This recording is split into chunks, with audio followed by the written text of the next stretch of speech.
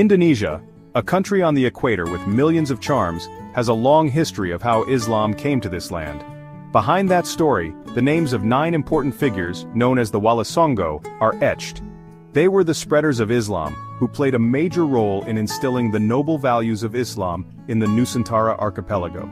Their presence brought a breath of fresh air to the Javanese people at that time. Each wali had their own role and area of preaching. Sunan Gresik, for example, was known for his gentle approach through arts and culture. Sunan Kalijaga, with his wayang kulit, shadow puppets, successfully touched the hearts of the Javanese people who were still strongly influenced by Hindu-Buddhist culture. The preaching strategies they implemented proved effective. Islam was not only accepted but also blended harmoniously with the local culture. Magnificent mosques stand tall, bearing silent witness to their journey of preaching. The influence of Wali Songo went beyond just spreading religion. They also played an important role in building civilization.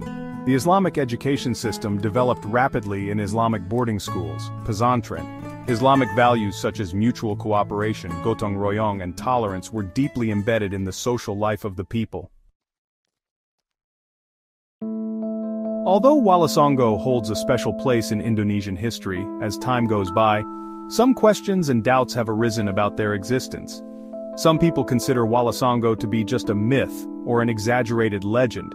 They argue that the lack of written evidence from the time Wali Songo lived creates room for doubt. The existing historical sources are considered minimal and contain too many mystical and legendary elements, so their validity is questioned. Questions like, did they really live at the same time, or were there really 9 of them, are often raised. This doubt is further strengthened by the existence of several different versions of genealogies and stories about Wali Songo. The emergence of this skepticism encourages us to be more critical in examining history. It doesn't mean we have to accept every story at face value, but we also shouldn't reject it outright without strong evidence. Examining the stories of Wali Songo, stories about Wali Songo are very popular among Javanese people. They are depicted as having extraordinary abilities, such as being able to walk on water, disappear, and even bring the dead back to life. One famous story is about Sunan Kalijaga, who is said to have been able to move a giant tree in just one night. There is also a story about Sunan Bonang, who turned palm fruit into gold to attract people's attention, so they would listen to his teachings. Of course, these stories are difficult to accept with logic and a scientific approach. Many people consider them myths or legends that were deliberately added to enhance the authority of the Walis. However, some interpret these stories metaphorically. The extraordinary abilities possessed by the Walis are actually a symbol of the greatness of their knowledge, wisdom, and spiritual power.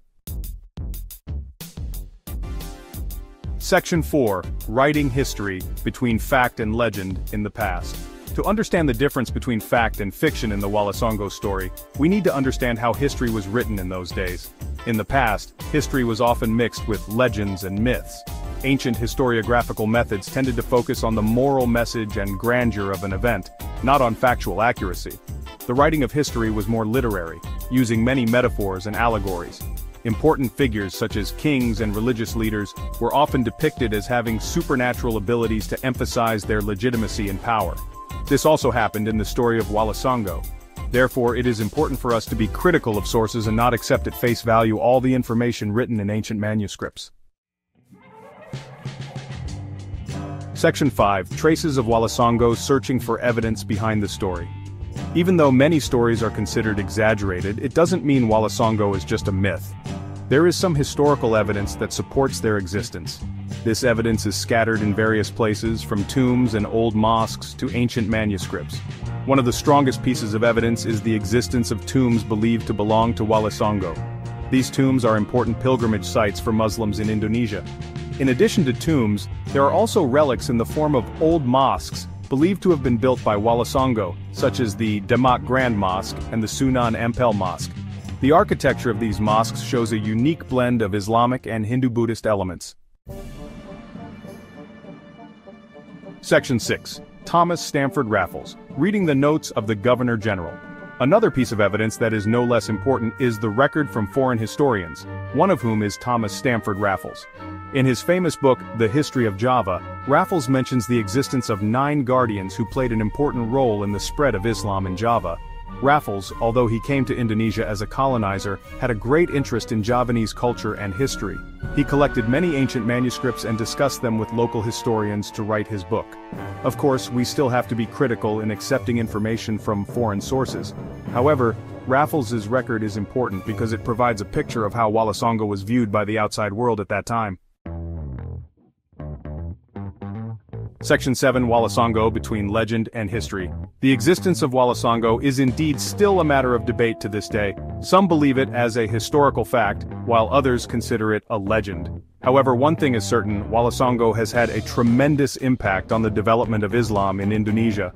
Their intelligent and tolerant preaching methods successfully won the hearts of the people and laid a strong foundation for Islam in this land. The story of Wala Songo, whether factual or legendary, remains relevant to study to this day. There are many moral messages and noble values that we can learn from their life's journey. Wala Songo is a symbol of struggle, wisdom, and tolerance. They teach us about the importance of maintaining interreligious harmony and preserving local culture.